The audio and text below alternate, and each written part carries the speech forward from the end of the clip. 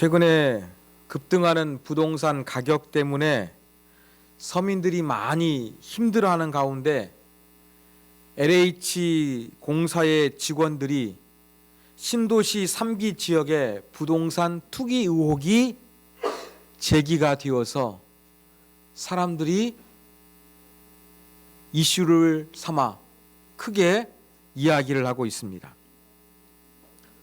관계된 지자체의 공무원도 의혹을 받고 있고, 또 첩보나 또 여러 가지 이 투기 의혹이 불거져 나오니까 직원들이 자살하게 되는 뉴스도 우리가 듣게 되었습니다. 이렇게 직업의 특성상 자기가 알게 되는 정보를 가지고서 자기의 경제적인 이득을 취하는 인간의 이기적인 모습이 많은 사람들의 공분을 사고 있습니다. 이렇게 자기가 알고 있는 지위와 정보를 통해서 경제적인 이득을 취하는 모습은 우리 시대의 이야기가 아니라 예수님 당시 성경 시대에도 이러한 사람들이 분명히 존재했습니다. 바로 그 사람들이 누구일까? 돈을 많이 벌었던 세리장 삭개오, 이러한 사람들을 떠올리기 쉬운데 의외로 가장 거룩하게 하나님을 섬겨야 되는 대제사장이 그러했다는 것입니다. 자, 우리가 마가복음 강해를 통해서 예수님께서 예루살렘에 입성하셨습니다. 예수님께서 예루살렘 성 안에서 성전을 둘러보시고 그냥 다시 베다니로 나가셨습니다. 다음 날 예수님께서는 베다니를 출발하셔서 예루살렘 성 안으로 다시 들어오십니다. 길가에 무화과 나무를 찾아가셨습니다.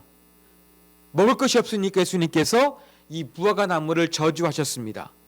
여기에 대한 내용은 우리가 다음 시간에 살펴보도록 하고, 이제 무화과 나무를 저주하신 예수님께서 그 다음에 무엇을 하셨는가? 이 성전에서 예수님께서 행하신 일들을 우리가 이 시간에는 살펴보고자 합니다. 자, 예수님께서 성전에서 주목하신 것은 성전 안에서 장사하는 광경이었습니다. 성전에서 장사를 한다고 하니까 우리가 쇼핑몰을 가게 되면은 간단한 이 코너에서 커피 같은 주스 같은 음료를 팔거나 간단한 간식거리를 파는 그러한 공간을 생각하기 쉬운데 그렇지 않았습니다. 완전히 시끄러운 시장판 같은 그러한 광경이 연출되었던 것입니다. 자, 성전 앞에서 장사가 이루어지는 것은 유월절을 지키기 위해서 이곳저곳에서 찾아오는 사람들이 제사용 동물을 구입해야만 했습니다. 그리고 이 동물뿐만 아니라 함께 수반되는 이 기타 용품을 판매하는 판매 코너가 있었고, 또 유대인들은 성전세를 납부해야 되는데 이 성전세를 납부하기 위해서 로마 돈을 유대 화폐로 교환해주는 환전 코너도 있었습니다. 근데 이렇게 제사용품을 판매하고 환전 코너가 있는 이 장사가 이루어지고 있는 공간은 어디였느냐? 이방인의 뜰이었습니다. 이름처럼 이방인의 뜰은 유대인이나 이방인들이 아무런 제약 없이 다 왕래할 수 있는 공간이었습니다. 모든 사람이 자유롭게 왕래할 수 있는 공간에서 제사용 재물과 용품을 팔고 환전세를 낼 수 있도록 환전을 해준다? 정말 좋은 제도인 것 같습니다. 자, 여러분 상상해 보십시오. 여러분들이 유대인입니다. 근데 여러분들은 예루살렘 근처에 살고 있지 않아요. 저 소아시아, 오늘의 터키 지역에 있는 예배소에 여러분들이 살고 있다고 생각해 보십시오. 또 어떤 사람은 저 아프리카, 이집트의 북부 알렉산드리아 도시에 있다고 생각해 보십시오. 그 먼 지역에서 예루살렘을 향해서 여행합니다. 절기를 지키기 위해서 제사를 드려야 됩니다. 그러면 하나님 앞에 제사 드릴 수 있는 재물을 준비해 가야 됩니다. 하나님 앞에 드릴 때에는 흠없는 것을 드려야만 했습니다. 저 예배소에서, 저 알렉산드리에서 소나 양, 정말로 여러분들이 가지고 있는 가장 좋고 튼튼한 동물을 골라가지고 출발을 했습니다. 자동차가 있습니까? 없습니다. 포장된 도로가 있습니까? 물론 로마에 대로가 있었는데 그 길만 갈 수는 없었을 것입니다. 그냥 가난한 사람들은 걸어서 여행했을 것입니다. 긴 거리를 여행하다 보면 사람도 지칩니다. 아무리 흠없는 제사용 동물을 준비했다 할지라도 상처가 나거나 다치거나 병이 들어 죽을 수도 있습니다. 재수가 없는 경우에는 강도를 만나서 모든 것을 빼앗길 수가 있습니다. 그리고 내가 예배소에 살고 있고 알렉산드리아에 살고 있습니다. 어떠한 화폐를 사용하면서 경제활동을 했겠습니까? 이 지중해 근처는 모든 나라가 이 로마의 지배를 받고 있었습니다. 로마의 화폐를 사용했습니다. 그런데 성전세는 유대인들의 정통상 유대 화폐를 가지고서 성전세를 납부했습니다. 로마 돈이 널리 사용되고 있었지만 사용하기도 힘들었습니다. 왜냐하면 로마 화폐에는 로마 황제를 우상시하는 황제의 얼굴이 들어가 있었기 때문에 그것을 하나님 앞에 드리기에는 적합하지 아니했습니다. 내가 살고 있는 예배소, 내가 살고 있는 알렉산드리아 도시에는 유대 화폐가 쓸 일이 없는 거예요. 그래서 내가 성전세를 납부하려고 해도 환전할 수가 없습니다. 이 복잡한 문제 어떻게 해결할까요? 바로 이 많은 순례객들이 절기를 지키기 위해서 원근 각지에서 몰려들 때에 제사용 동물을 가져오는 번거로움, 빼앗기거나 병들거나 상처가 나는 이 위험으로부터 자유롭게 예루살렘 근처에서 제사용 동물이나 제품을 팔면 얼마나 편했겠습니까? 그리고 예루살렘에서 성전세를 납부할 수 있도록 환전해 주면 얼마나 편했겠습니까? 여기까지는 아주 좋습니다.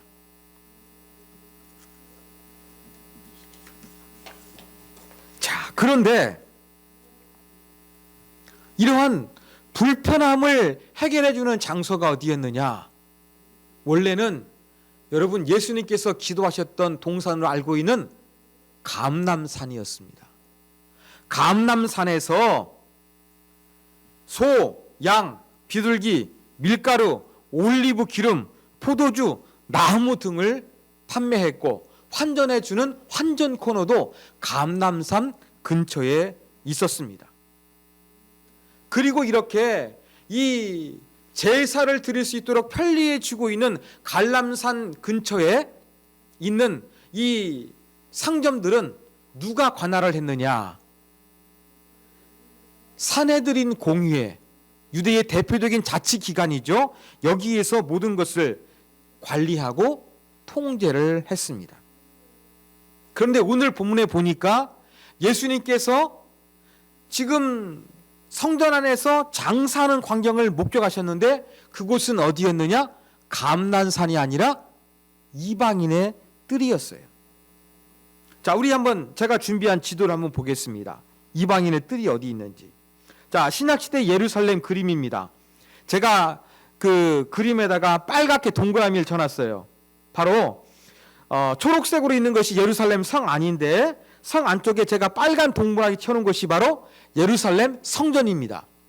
이것은 헤롯이 유대인의 환심을 사기 위해서 건축을 했어요. 그리고 그 성전 오른쪽에 보면 제가 동그라미를 펴놨죠. 이쪽에 감람산 가는 길이 있었어요.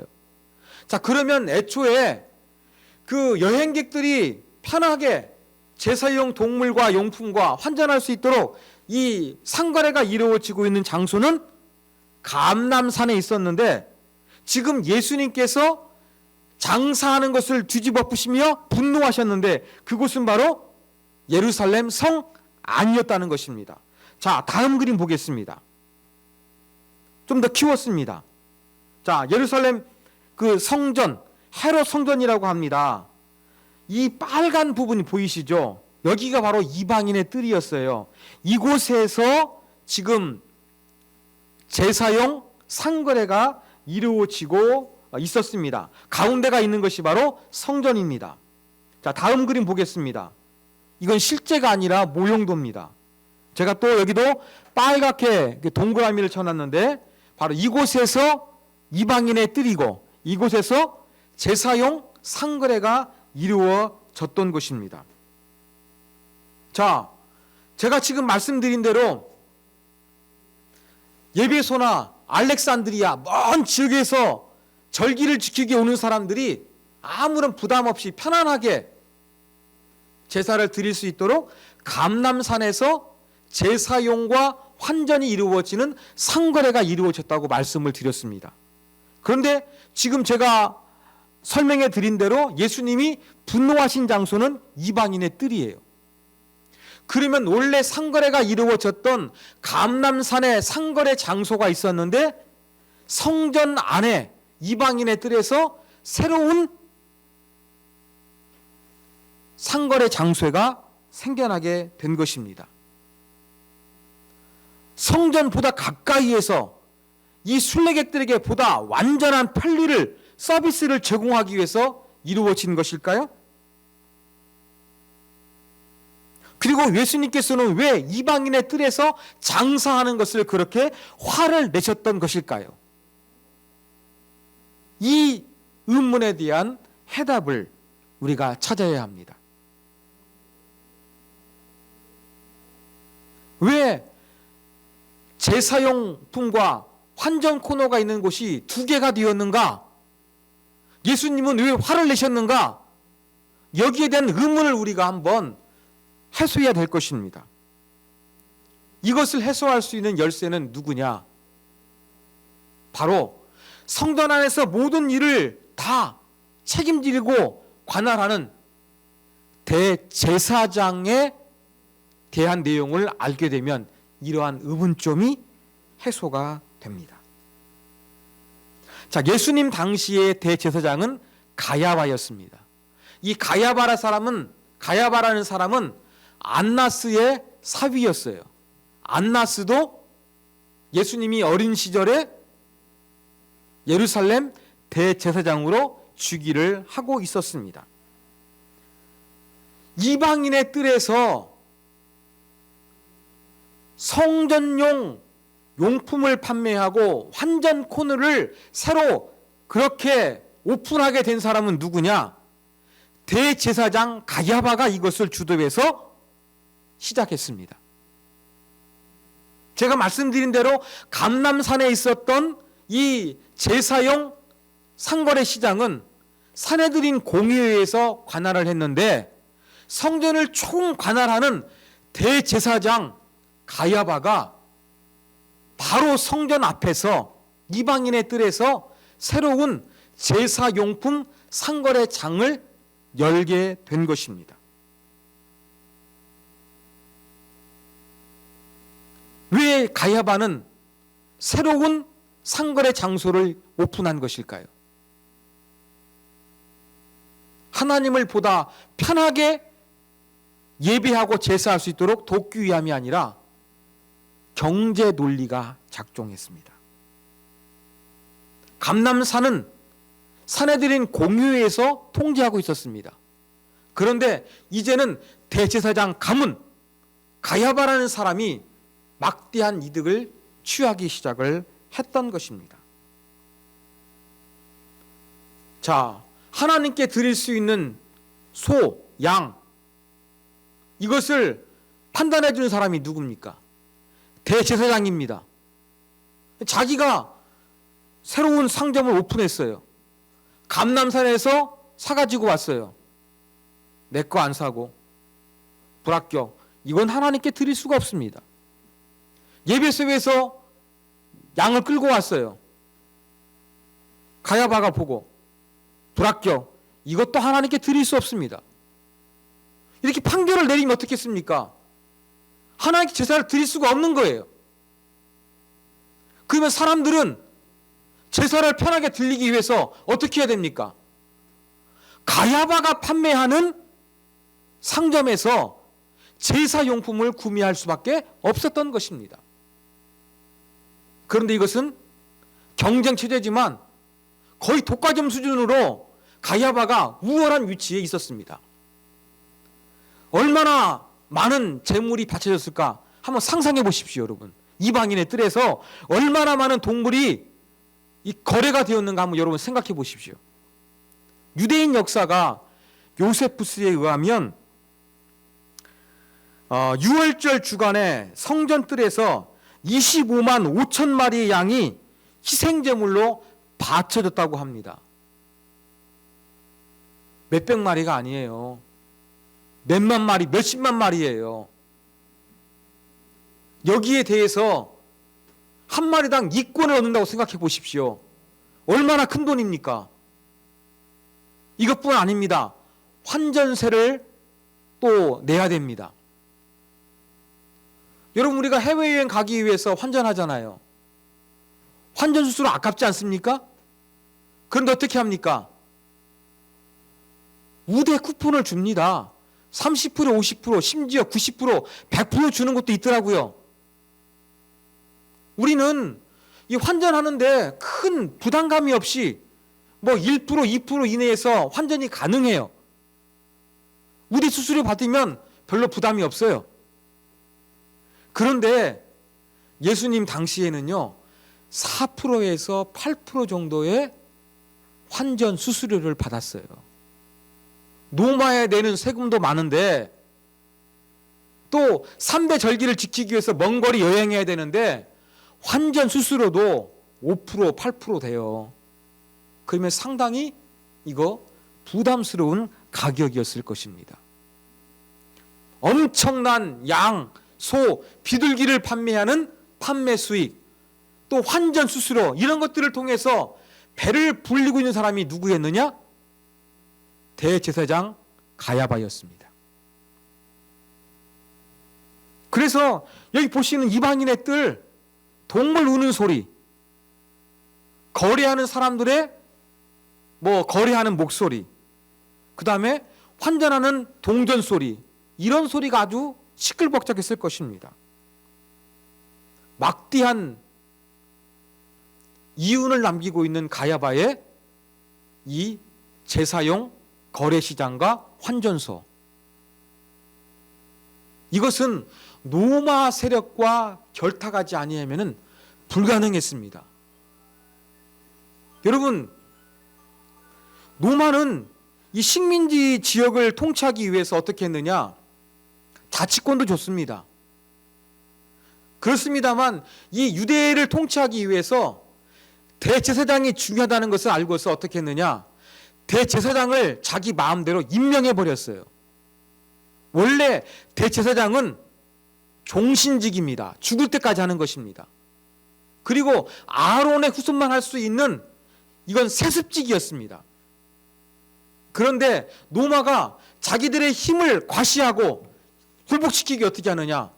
아무나 대제사장으로 임명해 버립니다. 이걸 보고서 대제사장이 되고 싶은 욕심이 생긴 사람이 있는 거예요. 그럼 어떻게 하겠습니까? 로마에게 리베이트를 주겠죠. 그리고 대제사장으로 있는 사람이 잘못하게 되면 빼앗기는 거예요. 자기의 지위를. 어떻게 하겠습니까? 그 지위를 유지하기 위해서 로마의 세력과 친하게 지낼 수밖에 없었던 사람이 바로 대제사장들이었습니다. 그래서 당시에 일반 사람들은 대제사장은 로마와 한패이다라는 인식이 있었던 것입니다. 그래서 종신직이고 세습직이라 대제사장은 딱 한 명밖에 없어야 되는 거예요. 그런데 복음서의 기록에 의하면 대제사장을 복수형으로 표현하고 있습니다. 대제사장들 여러 명 있었던 거예요. 그 이유는 바로 로마의 권력 앞에서 욕심이 내는 사람들이 있었고 로마가 마음대로 임명하는 대제사장이 있었기 때문입니다.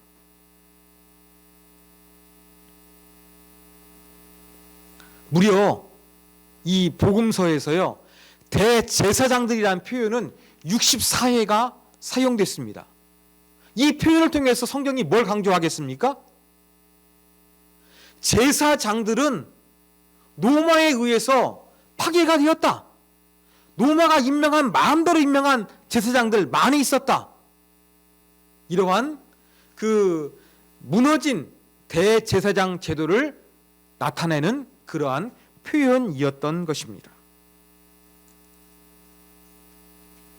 자, 그러면 가야바가 바로 이방인의 뜰에서, 성전에서 제일 가까운 곳에서 제사용품을 판매하고 환전을 하면서 막대한 이득을 취하고 있었고, 이것은 로마 세력과 결탁이 되고 있다는 것을 우리가 살펴보았습니다.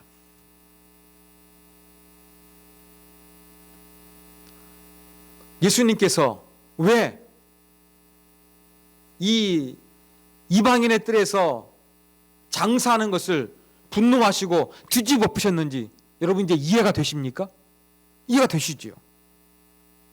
예수님께서 뭐라고 표현하셨습니까? 강도의 소굴이라고 말씀하셨습니다.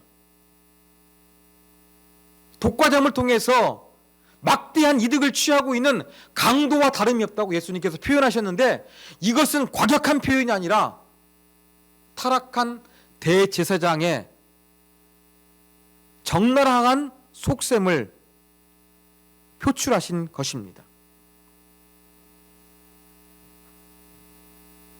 여러분, 예수님의 분노 이제 이해가 됩니다. 그런데 여러분, 예수님께서 분노하신 장소는 아까 이방인의 뜰이라 그랬죠. 이방인이 그냥 편하게 들어갈 수 있는 공간이었어요. 여러분, 원래 구약시대의 성전에 대한 것을 공부해 보면은요, 이방인의 뜰이 없습니다. 출애굽기나 아니면 역대학, 역대기 읽어보십시오. 이방인의 뜰이 없어요. 이 그림 보시는 것처럼 원래 그 성전 네모난 보이시죠? 중앙에 있는 거. 이게 바로 성전이에요. 그런데 겉에 테두리를 둘러가지고 이방인의 뜰처럼 생긴 거예요. 이것은 헤롯이 만든 거였습니다. 오리지널 성경에서는 이방인의 뜰이란 말이 없는 거예요. 그냥 이방인이 자유롭게 들어올 수 있는 공간이었죠. 여기에서 장사하는 거 문제될 게 없어요. 예수님은 화를 내셨어요. 그 이유가 무엇일까요? 경건한 이방인도 성전을 향해서 가까이 나옵니다. 이 성전 안으로 들어갈 수는 없어요. 그러면 이방인의 뜰에서 성전을 향해서 어떻게 하는 겁니까? 하나님을 향해서 기도할 수가 있는 거예요. 하나님을 예배할 수가 있는 거예요. 그런데 이방인의 뜰에서 완전히 동물 소리, 거래하는 소리, 동전 소리가 나니까 경건한 마음으로 이방인들은 도저히 예배할 수가 없었던 것입니다. 기도할 수가 없었던 것입니다.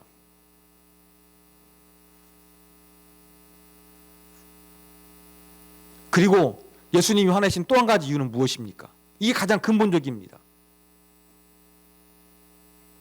하나님 앞에 거룩한 예배를 드려야 되는 대제사장들이 지금 뭐 하고 있느냐? 성전 앞에서 환전 코너, 제사 용품 코너를 만들어 가지고 막대한 이득을 취하고 있는 거예요. 이것을 보시면서 예수님께서 화가 나신 거예요. 가장 거룩해야 되는 사람들이, 가장 경제 논리를 뛰어넘어야 되는 사람들이 경제 논리에 빠져가지고 자기의 이득을 취하는데 급급했던 모습, 이 모습에 예수님은 분노하신 것이었습니다. 이스라엘의 심장이라고 있는 예루살렘 성, 예루살렘에서 가장 거룩한 곳이라고 알려진 이 성전에서 거룩함이 나타나는 것이 아니라 장사 소리로 시끌벅적했고, 이 장사를 통해서 막대한 이득을 취하고 있는 타락한 유대 종교의 실상을 예수님께서 바로 심판하신 것이 오늘 본문의 내용인 것입니다. 여러분 16절을 보십시오. 예수님께서는 아무나 물건을 가지고 성전 안으로 지나다님을 허락하지 아니하시고 라는 구절이 있습니다. 여기서 말하는 물건이 뭘까요? 지금 이방인의 뜰에서 장사꾼들이 그 대제사장의 허락을 받아서 판매하고 있는 물건들을 의미할까요? 아닙니다. 이 원어의 의미를 볼 때 여기에서 말하는 물건은 성전에서 제사 때 사용되는 성전 기구들을 가리키는 거예요. 예수님은 이미 지금 환전하는 장사 속 한번 뒤집어 푸셨어요. 그 다음으로 금지하는 것은 성전 기구들을 가지고 이동하는 사람들 하지마! 막으신 거예요. 이건 뭡니까? 예수님께서는 성전 제사 기능까지 금지시킨 것이었습니다.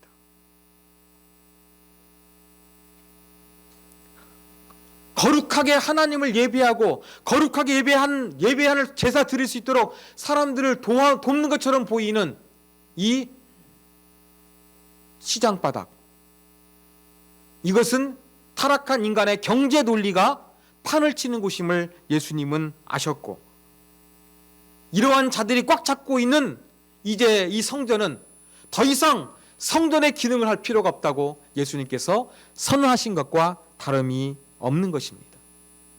그럼 예수님께서는 만민의 기도하는 집이라고 말씀하셨습니다. 사랑하는 여러분, 경제 논리에 빠진 종교의 모습은 여전히 계속되고 있습니다.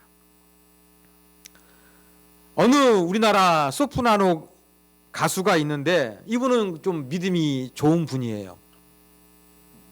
이분이 비엔나를 여행하는데 주일날, 여러분 아시는 그 빈 소년 합창단 아시죠? 유명하잖아요. 그래가지고 이 빈 소년 합창단이 매 주일 그 미사 때 봉헌하는 이 모습을 한번 보기 위해 가지고 호프부르크 궁전 채플에 참석을 했습니다. 그런데 빈 소년 합창단이 노래를 잘하니까 많은 관광객들이 이 모습을 보기 위해서 몰려듭니다. 그러니까 이 당국에서 어떻게 했느냐, 미사를 드리기 위해서 입장하는 사람들한테 미사 티켓을 판매합니다. 기준이 바로 무엇이냐, 이 합창단이 잘 보이는 자리는 35리로 우리나라 돈 5만 원 정도 합니다. 그다음 중간쯤 잘 보이는 자리는 19유로 한 2만 6천 원 합니다. 그다음에 잘 안 보이는 가장 싼 자리는 11유로 한 15,000원 정도 합니다. 물론 그냥 앞에 기다리다 보면은 자리 못 앉는, 의자에 못 앉는 입성용 그냥 자리는 그냥 무료로 입소할 수 가는 것도 있습니다. 그런데 어떻게 됐습니까? 이 소프라노 가수분이 빈 소년 합창단의 그 찬양을 들으면서 하나님을 예배하고 싶었는데 신앙심이 있으니까 이 미사 티켓 받는 거 보고 조금 마음이 상했다는 글을 제가 읽었습니다. 이게 바로 무엇입니까? 경제 논리가 지금 종교에 여전히 지속되고 있습니다. 유럽만 그럴까요? 대한민국의 기독교와 종교들 마찬가지일 것입니다. 종교인들 마찬가지일 것입니다. 저 또한 자유롭지 못하고 마찬가지입니다. 경제 논리는 가장 중요한 것이 경제적인 이득이 되는 것입니다. 그래서 경제적인 이득 앞에 인권이나 환경이나 정책이나 종교도 모든 것이 다 무너져 내버리는 것이 작금의 현실입니다. 이렇게 경제 논리가 판을 치는 이 모습들, 어쩌면 타락한 인간의 모습을 가장 잘 보여주는 인간의 탐욕이라고 저는 생각을 합니다. 인간의 탐욕 해결할 수가 없습니다. 저도 설교를 준비하면서 묵상해봤지만 자유롭지가 않습니다. 인간은 자유로울 수가 없는 거예요. 아무리 정의감이 있어도 엘리트 직원이 있던 것처럼 자기가 알고 있는 지위와 정보를 가지고 경제적인 이득을 취할 수밖에 없는 것이 타락한 인간의 본성입니다. 이거 어찌 하겠습니까? 예수님은 바로 이것을 드러내신 거예요. 가장 거룩한 예루살렘 성전에서요. 여러분, 여기에 예수 그리스도의 필요성을 저는 느낍니다. 사랑하는 여러분, 경제 논리에서 벗어나십시오. 저는 이런 설교 못하겠어요. 왜? 제 경험으로는 그게 안 되니까요. 타락한 인간은 경제 논리에서 빠져나갈 수가 없습니다. 여러분, 점점 더 심해지고 있지 않습니까? 이러한 사회 속에서 우리는 뭘 해야 됩니까? 타락한 인간의 사회에서는 경제 논리에서, 막강한 경제 논리에서 벗어날 수 없다. 이러한 것으로부터 자유로워지는 것은 예수 그리스도뿐이시다. 이러한 모든 것을 바꿀 수 있는 것은 예수 그리스도 십자가 은혜뿐이다. 저는 이것이 오늘 본문의 핵심이라고 생각합니다. 사랑하는 여러분, 우리는 막강한 경제 논리를 가지고 살아갑니다. 경제적인 이득을 추구할 수밖에 없는 그러한 존재들입니다. 이것을 어찌할 수 없습니다. 이러한 상황 가운데 우리에게 필요한 건 무엇입니까? 예수 그리스도의 십자가의 은혜예요. 탐욕을 욕설 수 있는 모든 죄값을 대신 치를 수 있는 예수 그리스도의 십자가가 필요한 것입니다. 여러분, 막강한 경제 논리 앞에서 자유로워지려고 노력하지 마십시오. 제가 볼 때 가장 좋은 방법은 나는 경제 논리에 빠져서 어찌할 수 없는 인간입니다. 그래서 예수님의 구원이 필요합니다. 그래서 예수님의 보혈이 필요합니다. 예수님의 죄값을 치르신 십자가가 필요합니다. 저는 이게 복음이라고 생각합니다. 사랑하는 여러분, 우리도 대제사장처럼 경제 논리에 빠져서 타락한 욕망을 가지고 살아갑니다. 이러한 나를 새롭게 하시고 용서하시고 하나님 곁으로 이끌어 주실 분은 예수 그리스도밖에 없습니다. 탐욕 앞에서 더욱더 예수 그리스도의 십자가를 강구하시고 붙잡고 달려가시는 저와 여러분이 되기를 주님의 이름으로 부탁드립니다.